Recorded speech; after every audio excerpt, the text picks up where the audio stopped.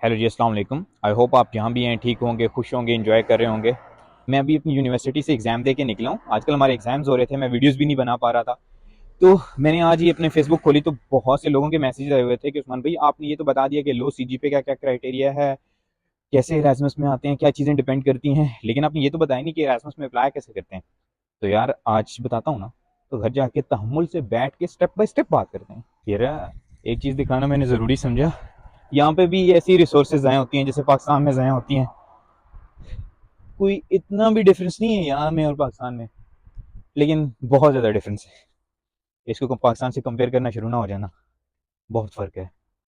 हम ऑलमोस्ट घर पहुँच गए हैं। ये मेरे घर जो है वो बहुत प्यारा है। किसी दिन मैं अपना घर दिखाऊंगा, घर का टूर कराएंगे। ये घर बहुत प्यारा है। खैर, घर पहुँच गए, अंदर चल के सुकून से बैठ के आपसे बात करते हैं।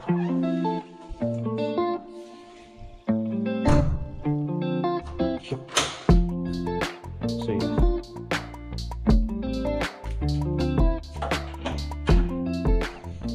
ये है जी हमारा कमरा।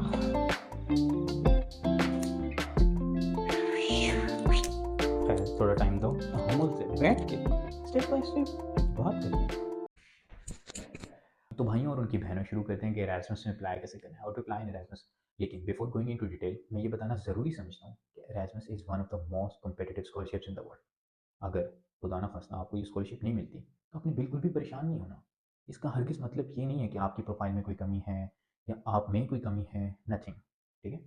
एरास्मस में बहुत ज़्यादा कंपटीशन होता है और हर वो बंदा जो वीडियो देख रहा है उसको स्कॉलरशिप नहीं मिलेगी, पॉसिबिलिटी नहीं है ना। एरास्मस में रिस्ट्रिक्शन है कि एक प्रोग्राम के लिए एक कंट्री से मैक्सिमम 3 लोग आ सकते हैं, और कुछ प्रोग्राम्स हैं तो उसको 2 पे रिस्ट्रिक्ट किया हुआ है। तो या 3 या 2 लोग आ सकते हैं एक कंट्री से। पाकिस्तानी तो बहुत ज़्यादा एरास्मस में अप्लाई करते हैं, जिससे पूछो पाकिस्तान में उसने एरास्मस में अप्लाई किया होता है, क्योंकि अप्लाई करना बहुत ईजी है और कोई एप्लीकेशन फ़ी नहीं है।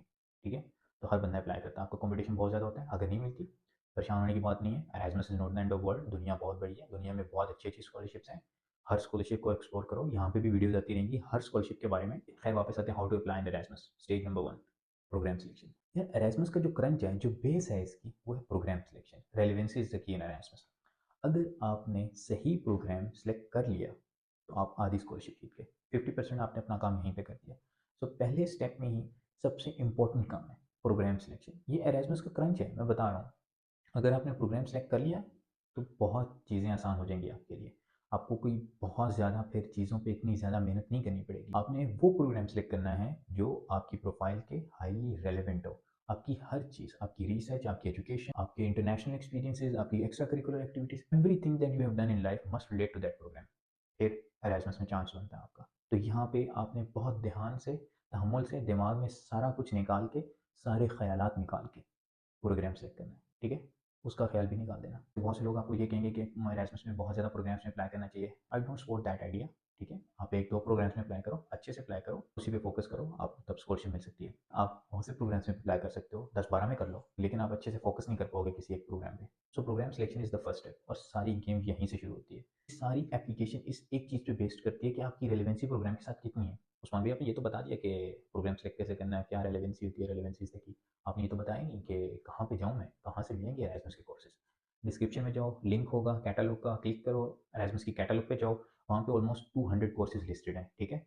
वहाँ पे कोर्सेज देखो और फिल्टर्स लगा के कोर्सेज सेलेक्ट नहीं करने, क्योंकि समटाइम्स ऐसे होता है कि जो कोर्स आपके रिलेवेंट है उसका नाम कुछ और होता है। आपने ऐसे करना है, वन बाय वन जाना है, हर कोर्स को देखना है। जैसे फॉर एग्जाम्पल मैं सिविल इंजीनियर हूँ, मेरा जो अभी प्रोग्राम है जिसमें मैं एरास्मस स्टडी कर रहा हूँ, उस प्रोग्राम का नाम है वेव्स। ये सोचने में अजीब सी चीज़ लगती है कि सिविल इंजीनियर वेव्स में, लेकिन ये मेरे सबसे रेलिवेंट था जो मेरी रिसर्च थी। आपके भी हो सकते हैं इसी तरह के नाम होते हैं। तो आपने वन बाय वन जाना है, बिल्कुल फिल्टर्स लगा के सर्च नहीं करना, थोड़ा सा टाइम लगाएं, ध्यान से, तहम्मुल से बैठें और फिर प्रोग्राम सेलेक्ट करें। खैर, अब स्टेज 2 इज़ द डॉक्यूमेंट्स। कौन से डॉक्यूमेंट्स रिक्वायर्ड होते हैं एरास्मस के लिए। एरास्मस में भी सारी स्कॉलरशिप की तरह वही डॉक्यूमेंट्स होते हैं जो दूसरी स्कॉलरशिप में चाहिए होते हैं। ठीक है। कोई ऐसी रॉकेट साइंस नहीं है जो कोई बहुत ही डिफरेंट डॉक्यूमेंट्स मांग लेते हैं। LOM, letter of motivation, LOM letter of recommendation या रेफरेंस लेटर। उसके बाद आपकी सीवी होती है। ठीक है। और उसके बाद एक जो एडिशनल डॉक्यूमेंट जो सिर्फ एरास्मस वाले मांगते हैं, शायद कोई और स्कॉलरशिप नहीं मांगती, वो है रेजिडेंट सर्टिफिकेट।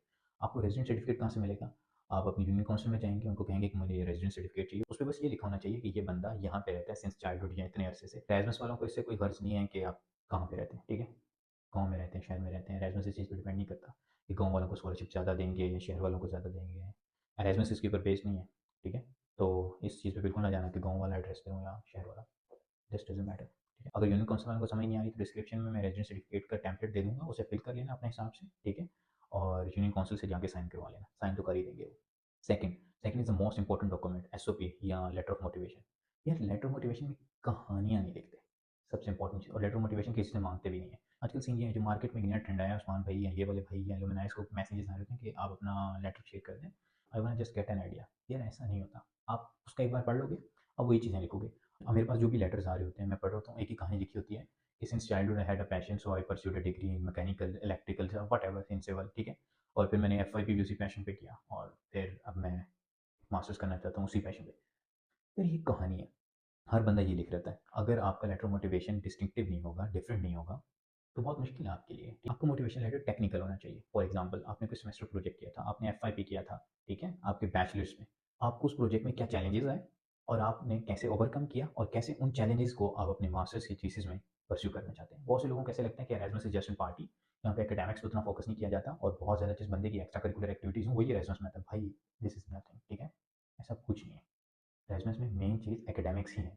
बहुत से लोगों को यही लगता है कि इस बंदे ने इतनी सोसाइटीज़ में, 12 सोसाइटीज़ में रहा है, इतनी ज़्यादा जगहों पे सर्व किया है, इतने इंटरनेशनल इवेंट्स में पार्टिसिपेट, नथिंग, और इसको एरास्मस पे लिखा है। ऐसा कुछ भी नहीं है यार। एरास्मस की जो बेसिक्स हैं, जो मेन है, वो एकेडमिक्स ही हैं, ठीक है? एकेडमिक्स की बेस पे आपको स्कॉलरशिप मिलती है। एक्स्ट्रा चीज़ें जो भी हैं, वो adds to your application, but वो प्रायोरिटी नहीं है, सेकेंडरी चीज़ें। अब इसी से आगे बात आती है सीवी की। तो यही चीज़ें सीवी में इस तरह से लिस्टिंग्स नहीं करनी। बहुत लंबी सीवी बना दी और ये कह दिया कि मैंने ये भी किया, मैंने वो भी किया, मैंने ये भी किया, मैंने, दिस इज़ नथिंग। सीवी में हर चीज़ रिलेटेड होनी चाहिए प्रोग्राम से। अगर एक भी आपकी सीवी में ऐसी चीज़ है जो प्रोग्राम से रिलेवेंट नहीं है, तो वो रीडर की अटेंशन लूज़ करेगी, और जहाँ पे रीडर ने अपनी अटेंशन लूज़ कर दी आपकी एप्लीकेशन, तो भाई भूल जाओ, आपकी एप्लीकेशन को दोबारा रीड नहीं करेगा। और हाँ, बहुत से बच्चे पूछते हैं सीवी की लेंथ कितनी होनी चाहिए? यार length in CV doesn't matter, as long as it is relevant. तो 6 पेजेज़ की भी हो सकती है, 1 पेज की भी हो सकती है, कोई फ़र्क नहीं पड़ता, ठीक है? I have seen people with 6 pages of CV and they want scholarship. बहुत से लोग आपको ये समझाएँगे कि यार 3 पेजेस से ज़्यादा सीवी नहीं होना चाहिए, 2 से ज़्यादा नहीं होना चाहिए, लेकिन यार ऐसा कुछ नहीं है। सीवी के लिए कोई स्पेसिफाइड लेंथ नहीं है, कोई लेंथ नहीं है। आपने हर चीज़ वो लिखनी है जो रेलेवेंट है, और वो ऐसी कोई चीज़ नहीं लिखनी जो रेलेवेंट नहीं है। Just simple. सबसे important document letter of recommendation, उस पे बात करना ज़रूरी है। आप अपने प्रोफेसर्स को अप्रोच करें और उनको बताएँ कि आपको लेटर ऑफ रिकमेंडेशंस चाहिए। बहुत से अच्छे प्रोफेसर्स होते हैं जो आपको लेटर ऑफ रिकमेंडेशन टाइमली दे देते हैं। अब इसमें 2 कैटेगरीज़ होती हैं। कुछ में प्रोफेसर ने खुद लेटर ऑफ रिकमेंडेशन भेजना होता है आपका, और कुछ में पीडीएफ आपने अपलोड करनी होती है। लेकिन जो पहला केस है जिसमें प्रोफेसर ने खुद भेजना होता है, वो बहुत हेक्टिक है। बहुत से पाकिस्तानी प्रोफेसर्स नहीं करते। वो इतनी ज़हमत नहीं करते कि वो एक बच्चे के फ्यूचर पे अपने 10 मिनट लगा दें, क्योंकि 10 मिनट भी नहीं मिलते, ठीक है? तो उनके पास 10 मिनट भी नहीं होते कि वो आपके फ्यूचर पे लगा सकें। कुछ प्रोफेसर चाहिए, और लेटर रिकमेंडेशन जेनेरिक सा नहीं होना चाहिए, बहुत सिंपल नहीं होना चाहिए कि he has worked with me है, इसकी एक्स्ट्रा करिकुलर एक्टिविटीज़ बहुत अच्छी हैं, ये टॉप 5 में आता है, नथिंग, ऐसे नहीं होता। लेटर रिकमेंडेशन को बहुत ज़्यादा इंपॉर्टेंस देनी है, और ये ऐसा डॉक्यूमेंट है जिसको सबसे कम इंपॉर्टेंस दी जाती है। यहीं से वो लोग जिनके सीजीपीएस थोड़े से कम है, वो गेम्स उठाते हैं। अब खुद लिखना है या प्रोफेसर ने लिखना है, हाईली स्पेसिफिक लिखना है कि आपने प्रोफेसर के साथ कौन से रिसर्च प्रोजेक्ट्स किए, उनमें क्या चैलेंजेस थे और आपने कैसे ओवरकम किए, प्रोफेसर का ओपिनियन क्या था, आपने कौन से सॉफ्टवेयर यूज़ किए। और वो इस तरह से भी बात कर सकते हैं एक्स्ट्रा करिकुलर एक्टिविटीज़ पे कि फलां कॉन्फ्रेंस में ये था, इसने पार्टिसिपेट किया और इसने ऑर्गेनाइज़ की। स्पेसिफिक बात होनी चाहिए, नाम लेके बात होनी चाहिए, कोई भी सिंपल सा एलओआर उठा के वो साइन करवा के अपलोड नहीं कर देना। एलओआर बहुत मैटर करता है। तो यार मेरे ख्याल से ये सारे डॉक्यूमेंट्स हो गए। अगर फिर भी कुछ चीज़ समझ ना आए, कोई एक्स्ट्रा डॉक्यूमेंट आ जाता है, तो लेट मी नो। मुझे डीएम करो इंस्टा पे, फेसबुक पे, कहीं भी, लिंक्डइन पे आ जाओ यार, कहीं भी आ जाओ, मैसेज करो, आई रिप्लाई जब भी मैं फ्री हुआ। परेशान नहीं होना, टाइम से पहले अप्लाई करना है। और हाँ यार, बहुत से बच्चे ऐसे पूछते हैं कि उस्मान भी अगर हम टाइम से पहले अप्लाई करें तो कोई फ़र्क पड़ेगा? नहीं यार, नहीं फ़र्क पड़ेगा, क्योंकि आपकी जब डेडलाइन खत्म होती है तभी वो एप्लीकेशंस देखते हैं, तो बिल्कुल कोई फ़र्क नहीं पड़ेगा। तो आप पहले अप्लाई करें या एंड पे अप्लाई करें, कोई फ़र्क नहीं पड़ेगा। लेकिन हाँ, पहले अप्लाई करना है टाइम से, ताकि आप सुकून से अप्लाई कर सकें। रेलेवेंसी इज़ द की, ये याद रखना है, क्योंकि आप स्कॉलरशिप अगर जीतेंगे तो रेलेवेंसी से जीतेंगे। और अब आपके पास लिंक आ गया डिस्क्रिप्शन में, जाएँ कैटलॉग पे कोर्सेज़ सेलेक्ट करें, प्रोग्राम की वेबसाइट पे जाएँ, अप्लाई करें। अगर कोई चीज़ समझ नहीं आती तो आपको मैंने बताया, डीएम करें। वीडियोज़ आती रहेंगी दूसरी स्कॉलरशिप्स के ऊपर भी, एरास्मस के ऊपर भी। बने रहें और अपनी बेहतरी के लिए और हमारी बेहतरी के लिए दुआ करते रहें। और हाँ, सबसे इंपॉर्टेंट चीज़, अगर आप एरास्मस के ऊपर कोई चीज़ सीखना चाहते हैं, तो पाकिस्तान एरास्मस एसोसिएशन का एक फेसबुक ग्रुप है। यार इससे अच्छा ग्रुप मैंने नहीं देखा। तो वहाँ पे जाओ, उस ग्रुप को जॉइन करो, सारी बातें होती हैं, सारे आपके जो कंसर्न्स हैं वो क्लियर हो जाएँगे, ठीक है? तो वैसे वो ग्रुप मेरा नहीं है, मैंने उस ग्रुप से बहुत कुछ सीखा था, इसलिए आपको बता रहा हूँ। एक लास्ट चीज़, डरना नहीं है, जहाँ डर है वहीं जीत है, डर के आगे जीत है।